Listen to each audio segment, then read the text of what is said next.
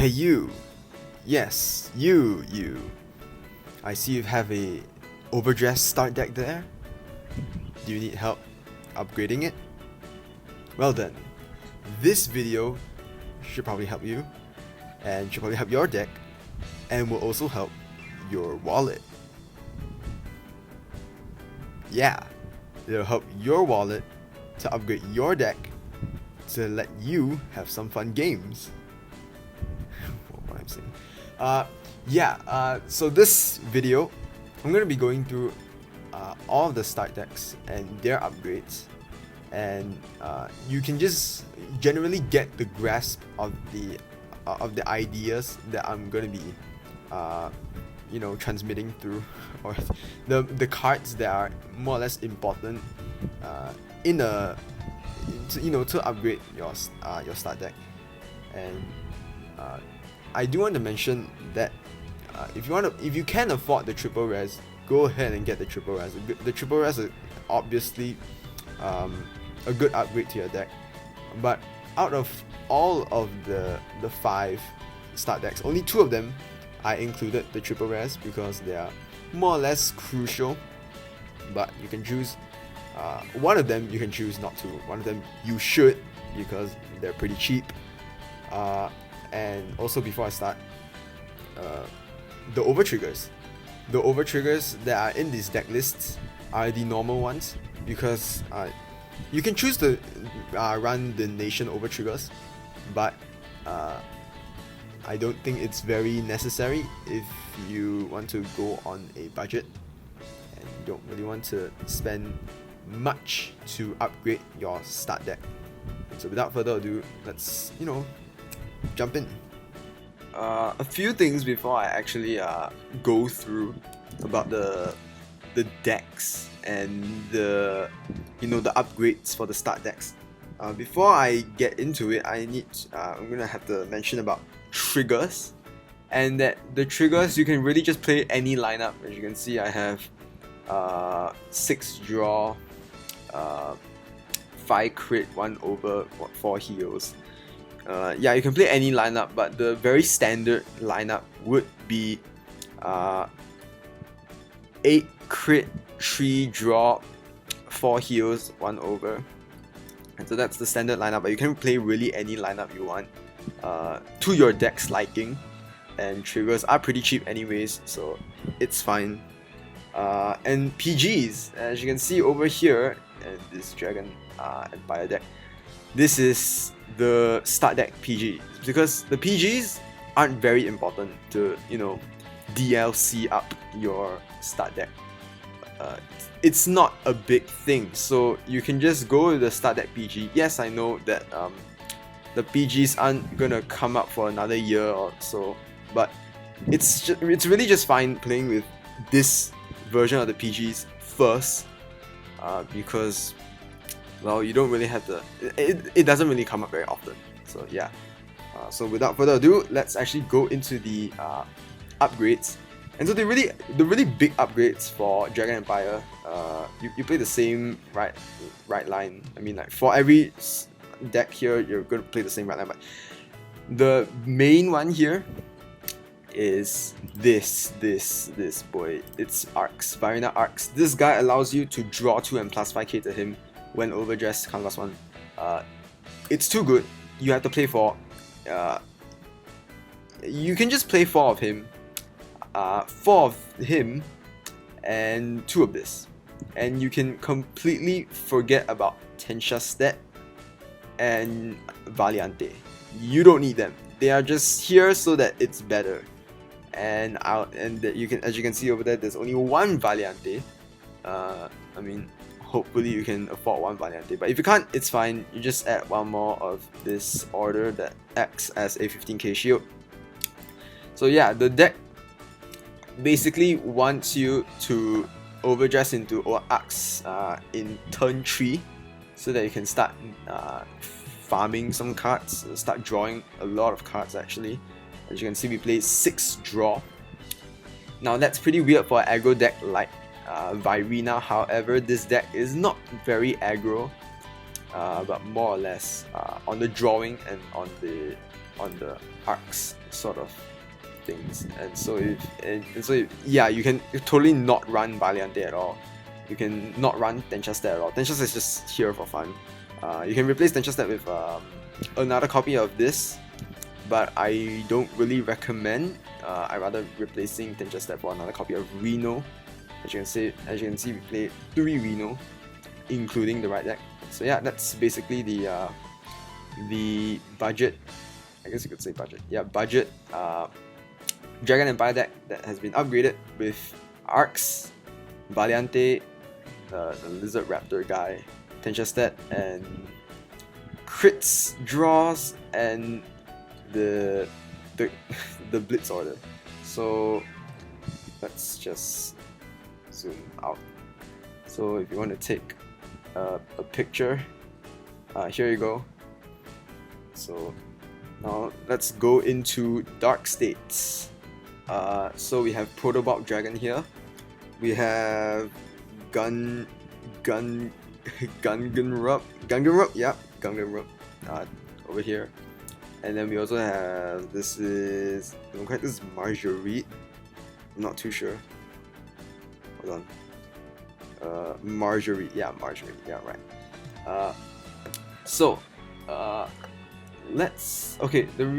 Marjorie is just good because it's just another beat stick alongside your Colossus. But if you cannot afford Marjorie, whatever, you just play 4 copies of the Grade 2 right line guy. And then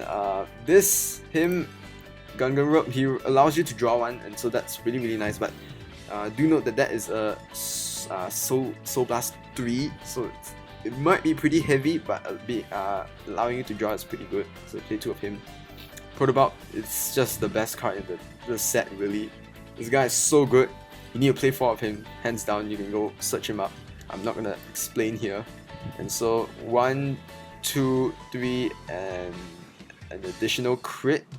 So this lineup will be 7 crit, 4 draw, 4 heals, 1 over. And like I said, the over trigger is the normal over trigger, and this is the PG. And so yeah, that is it. And let me just screenshot there. And yeah, that's basically the Dark States upgraded deck. Yeah, there's nothing big to it. If there's anything I should elaborate, it would be probably why is this here? You might be asking. Well, the 10k shield is really good, and you don't really counterblast except for Protobop and these 2. And so yeah, that's all. Graded Bastion deck. And so you see way more cards added into this deck compared to Dark States and Dragon Empire, because what was given in the Bastion deck start deck was not very ideal.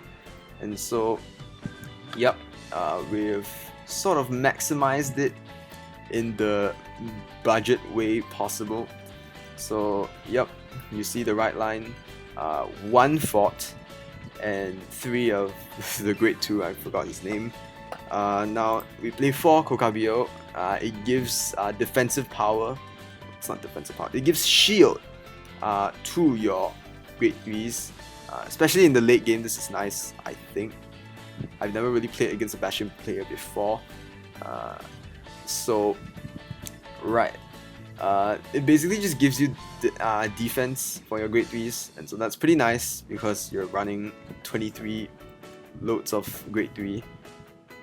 And this is the Lepisto. This basically just counterblast 2 when you reveal a trigger, stand this unit, plus 5k. So this, you can stand her alongside with your Bastion stand. That's pretty nice. And then this guy allows you to boost. This guy's a rare. Kokabio is a common. Who is he? She. Lepisto is a common as well.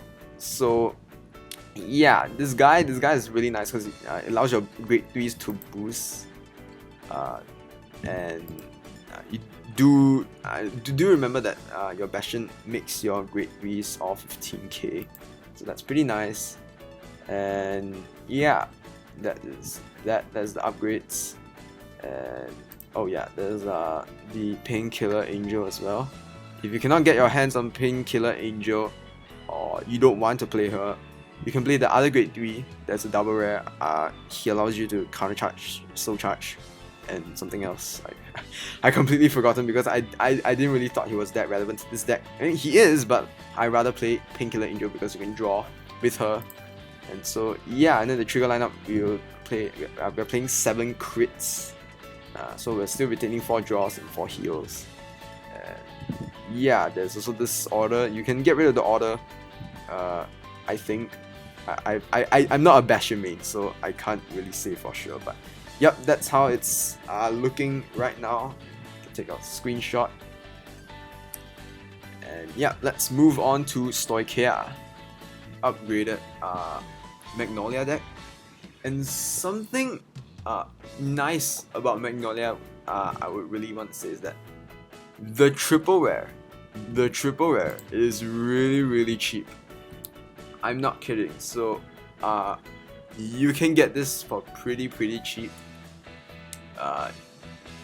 You can basically just tune up the deck to its finest, really.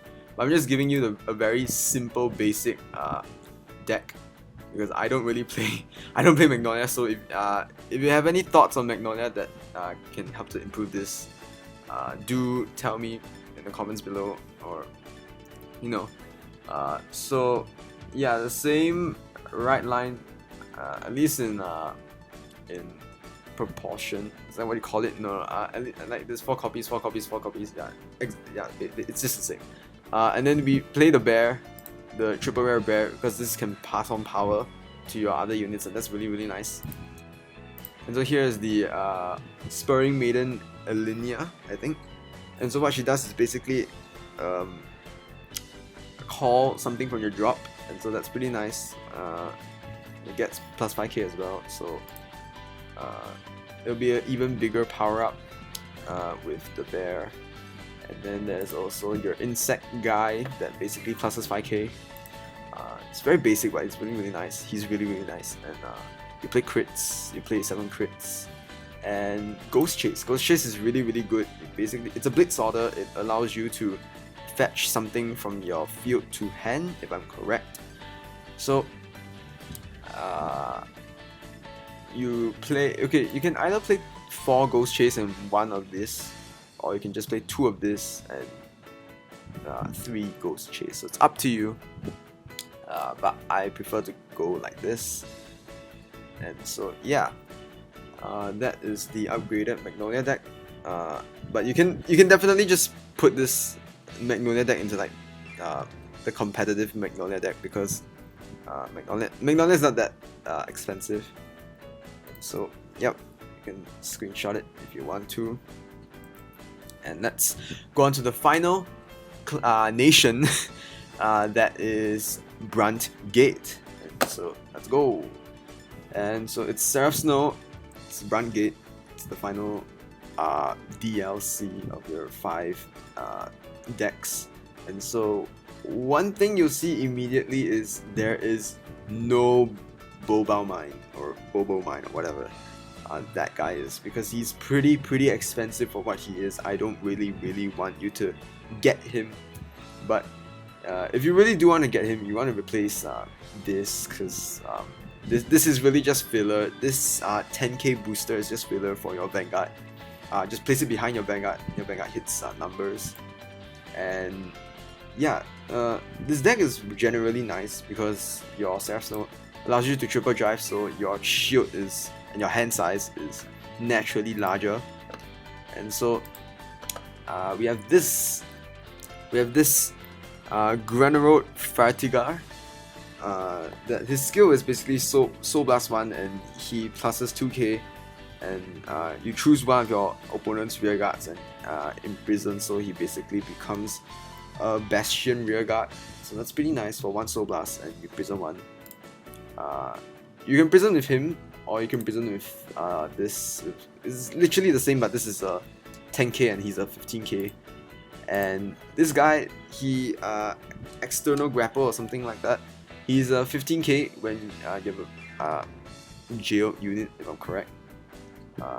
He's pretty nice because he hits for numbers. Same with this. In my opinion, I feel like you would right. This we play 4. Yeah, so here we have the shovel stud, and so yeah, for a Karma +1, Soul +1, you get to draw one as well as prison, so it's pretty nice. What I don't really like about the prison deck is that there's nothing to really counter. Actually, no, it's not counter. There's nothing much to really deal with how people are gonna counter the prison deck, which is like basically not calling anything down. And so yeah, I'm not surprised that they didn't print any card to really help this aspect of a control deck, but it's fine. And then we have 7 crit, normal stuff, and over trigger, and 1 jail. We don't play 2 because 2 is unnecessary. Currently there's no cards that can actually pop off your world order, and so yep, you'll search with your cannot do anyways. And yeah, like I said earlier, this is just filler. Please take it out for Boba Mine when you can, or take it out for the triple rare if you can afford. But for now, it's fine to play this. And so yep, here is for you to screenshot. And yeah, hope you enjoyed this video, or more or less learned a few about deck building, the 5 start decks. And so yeah, tell me in the comments below what is your favorite start deck of them all, and what is your favorite deck in Vanguard. And yeah, we'll see you guys next time.